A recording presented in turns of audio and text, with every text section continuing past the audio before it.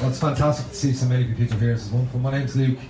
This is the second year we're doing the Stoneybatter Slideshow as part of the wonderful Stoneybatter Festival. I'd love to thank Kathy for being so patient and kind and letting us take over the space and cause mayhem. So it's brilliant to see so many of you here. This community that we live in is somewhere I think we can all agree is very special, and one of the most special and valuable things about it are the amazing, creative, interesting and occasionally downright odd people who either live here or work here. And that's really what the slideshow is about. We're going to meet some filmmakers, some photographers, some designers, and just generally interesting people to see some of the images that they've worked on and created, and also some of the images that have inspired and informed their work. So to begin, Joanne Conlon is one of these multi-hyphenated people who appears to be able to do anything, design websites, make films, but her photography is really what caught my eye and made me think that she was a person who I definitely wanted to be part of this show. So can I get a massive Stoneybatter Slideshow welcome for Joanne Conlon?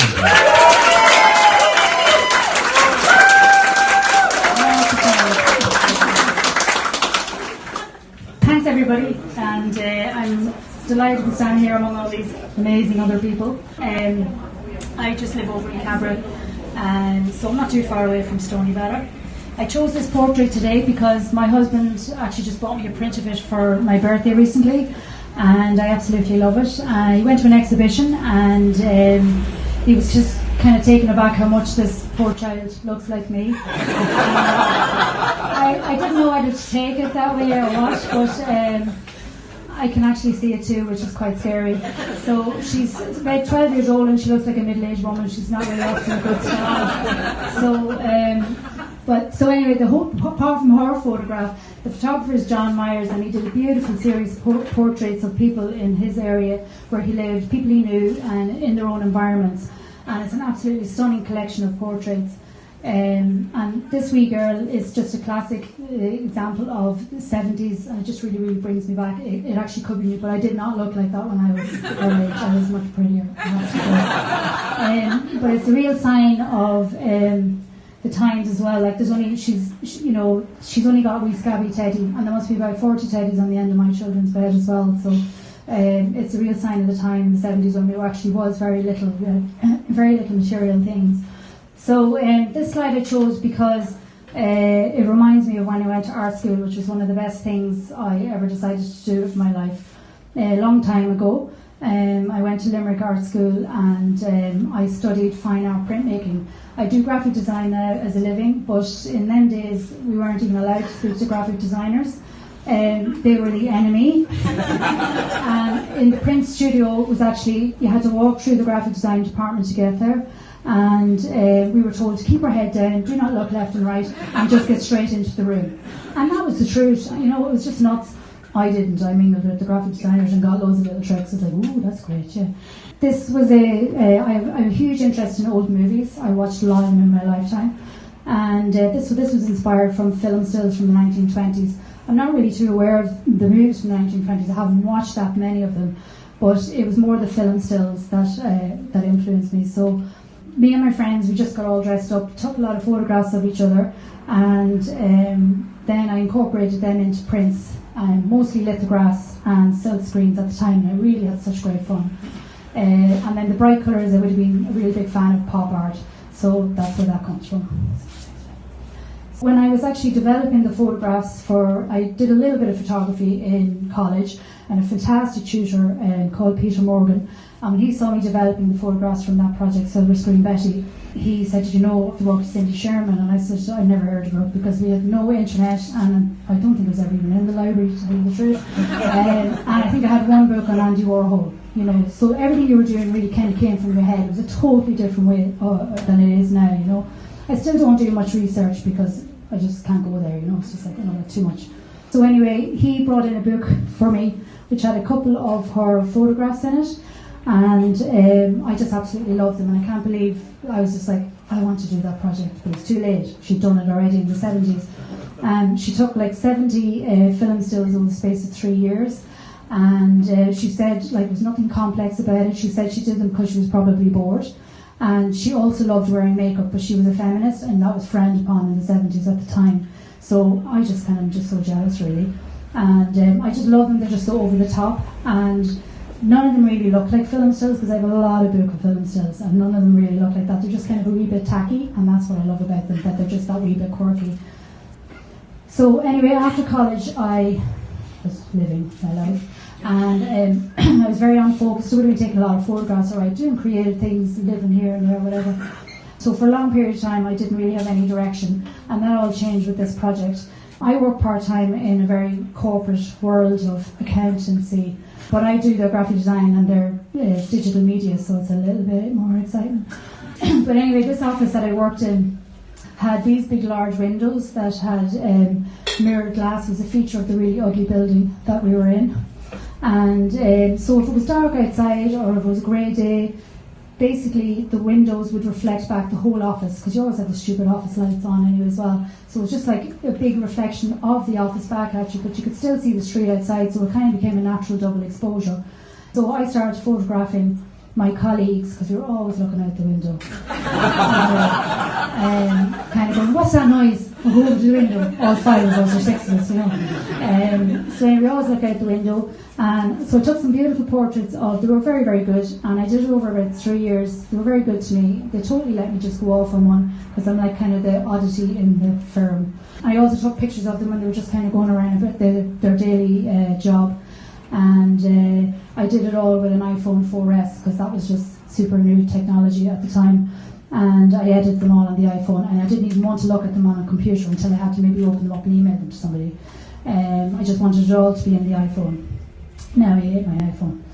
So anyway, that was the first time I put work into open submissions, because I felt I had a project for the first time since college, and it got picked up a few times, and so that was really big encouragement for me to maybe I can do something else. Sit next up, please.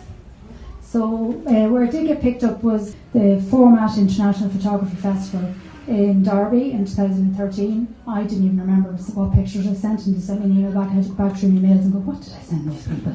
Because I was literally bunging it out to everywhere, and that's the best thing to do.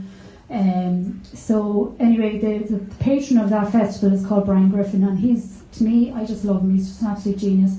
And he used to do, he was doing a lot of working for a living as a photographer, 70s again, and he was doing a lot of corporate photography. The fact that he got these guys, I think they're actually Moet Champagne guys, to pose in these kind of positions on like the really, really tedious corporate shots that I have to be involved in on a daily basis, I would actually torture. And like, you know, like for me to go into my boss and say, you know, right, I'm going to get you down here, your face would be half cut off, but your face would be reflected in this silver tray. You know what I mean? He's just going to go, right, yeah. They probably do it for me now if I say just get an arty farty project. They probably would, because this was actually going into a magazine called Management Today. Do you know? And he did a whole series of ones that they're absolutely so worthwhile looking at. They're called The Executive, and they're all so surreal and nuts. And we actually met him last weekend. He was in Belfast at the photo festival, and I asked him, it was so brilliant, he did a great talk. And I asked him, how did you get him to do that? And he said, with a lot of, I was very nice to him, and then I really, really told him, big ego for them. I just said, this is going to be the best thing ever, it's going to be everywhere, it's going to be brilliant. And they all went, oh yeah. But they can imagine that actually working, you know. So anyway, he's a brilliant photographer, and he also did a lot of record sleeves that you're probably familiar with, like Iggy Pop, Depeche Mode, Susie and the Banshees. But that's only 20% of his work. Most of his work is actually of workers, and he's still doing that up to this day, and they're all pretty surreal. He's pretty amazing, and I'm a big fan. So this was another project I worked on. I like industrial structures, and I'm especially attracted to this particular cement factory that's near my sister's house, because it's very abstract shapes. It's got these crazy chimneys and tubes and pipes coming out of it, and it's set in a very rural location, so it all seems really surreal to me as I drive up the road and trip out. But this particular view, there's this beautiful roadway through these arched trees, and then you see the factory off in the distance, and on a beautiful sunny day it just looks totally surreal, and it reminds me of when Judy Garland sees the Emerald City for the first time, or Willy Wonka's Chocolate Factory or something. So I wanted to do something surreal with those. So I started layering these images of back again to the old silver screen movie stars, and to kind of create new stories, and I had really good fun with this project. So this one's called I was always there guiding you, and her hands kind of guide you into the factory or the castle or wherever you can use your imagination. And then the branch of the tree just going into her eye as well, leading you in, and her hair just blended wonderfully with the arch of the tree. So I did a whole series then, probably about 14. Some of them worked and some of them didn't, but it was a really good fun project. Portraiture is something that I want to explore more for my own pleasure, just to have fun. I love taking photographs just to have fun. And I was set up a wee mini studio in my sitting room one day, and this poor child Nonine happened to call to the door, and then she was hijacked for the next 4 hours. So her and my daughter, I'd given them a whole pile of props that I'd been kind of gathering, and I said, do what you want, start dressing up, and then when they were doing anything interesting, I would sit them in and take their picture. And Nonine is a very creative and inquisitive child, and I hope I got a little bit of our spirit across in that.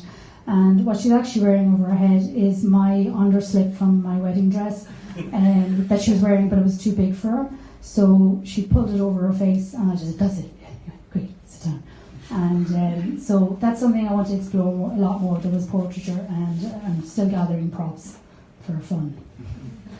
So this was a project that myself and my husband, Pixelated, were just so delighted to work on. So you can see I like old things.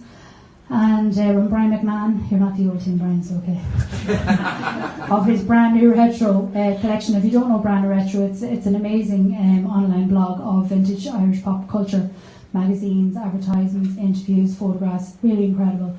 And he asked us to help him, he was bringing out a book, fantastic idea, and he asked us to help him with the cover. So we were absolutely thrilled. So we got up at 4 o'clock in the morning on a beautiful Sunday, April morning, and we went down to Conlon Street. Brian picked us up, and he'd already sorted out with his friend Joe Collins about to use this newspaper kiosk, one of the real famous ones from Dublin, which hopefully won't disappear, like everything else. And anyway, so we had to be there at 4 because Foxy, who owns the newspaper stand, wanted it back by 7. So we pushed it up outside Conlon Street, so it'd be outside the beautiful granite brick. And the reason why you have the fan, the kind of brickwork up top, because there was a window behind it. And then we just set out the stall. Brian brought the magazines, and we were like, "Oh, look at that one!" And we could have sat down for hours reading them, but we had to lay them all out, and obviously Man Alive were on the top shelf. And so we were just delighted to have a really small little part of such an amazing book. And if you haven't got it, you really should buy it. Brian told me to say that. There's only 10 left in the shop. Next slide, please. I don't always live in Fantasy Island. I do love photographing the street. I didn't take that, don't worry. It's too good. I take photographs a lot on the street, and I love give me an old back street, a laneway, building falling apart, and I'm a happy lady going, ooh, and photographing it. And I do a lot of my photographing on my bike on my way into work and home. I saw this exhibition recently by Kras Clement. He's a Danish photographer, and it really kind of just blew my mind, because it was basically the Dublin I love and the photographs of Dublin that I wanted to take. I love he did them in 1991. He was an artist in residence in the Tyrone Guthrie Institute for just 1 month, and in that time he just loved Dublin. He went up about 3 times and started to walk around taking the photographs. This wouldn't be my favourite photograph out of that collection, but there's not as many available online. But the way it works is that you really need to see them all together in context, either in book format or in an exhibition, to get the real feeling of what he was trying to express. He really doesn't think Dublin has changed much. He was back recently for that exhibition, so that's good in my book. And I love the way this photograph could either be, half of it could be in the 1950s, like from here over, and then the other half is, she's still kind of stuck in the 80s. And obviously you've that fantastic Tilly to take her and David Lee Roth to pull you right back into reality. But I love the old hand-painted sign over the door and stuff like that, and there's an empty building which is just right up my alley. So, next slide please. My love of taking photographs on the street really began in Limerick, where I was learning photography, and I borrowed the school camera all the time, and I was able to just keep developing rolls of film without any cost. I didn't print them up, just developing rolls. I loved Limerick. It was just so different to Dundalk where I grew up, and I'd just be fascinated walking around and all the characters and the really old buildings and stuff. So one day I went off on a wander, and I went kind of took a direction that I didn't know where I was going, so I go and get lost. And I literally turned a corner and came across this kind of scene. Everything was just completely derelict and rubbly and really, really old. There was a lot of old buildings, old castle gates, and I was like, what the hell is this place? And I was just photographing it away. This is a kind of classic Limerick scene, and you've got even 2 High A's fans in it. They were everywhere. There really was millions of High A's fans. This man here is like gathering a bit of firewood, you know, I was just like, oh, see that? And he's a chiseling and he's chopping away at the wood. So anyway, I did all those photographs, put them in an envelope, and they were in a folder or in an envelope away for about 20 years. And when my husband made me a new website, I said, I need to start going through all the old stuff, see what I have. So I scanned them in and put them up online. Then out of the blue, I got an email from the writer Kevin Barry, who's also from Limerick, and he would have lived here at this time. It was probably about 1990. He said he'd love to use my images in his book Winter Papers, which is an arts anthology he brings out every year. So I was completely blown away because I had the other 2 editions and they're just a beautiful book. So I didn't really quite believe it happened until the book was in my hand, and I didn't open it for about a week. I was just like, no. But the best thing about it was that he wanted to write prose around how the images made him feel. That is just so special to me. And his prose, when I read them, I really am transported right back to that time and place, because it was a very, very precious part of my life, and he just makes me feel all those feelings I had again when I read those prose. So that's it. Thanks very much.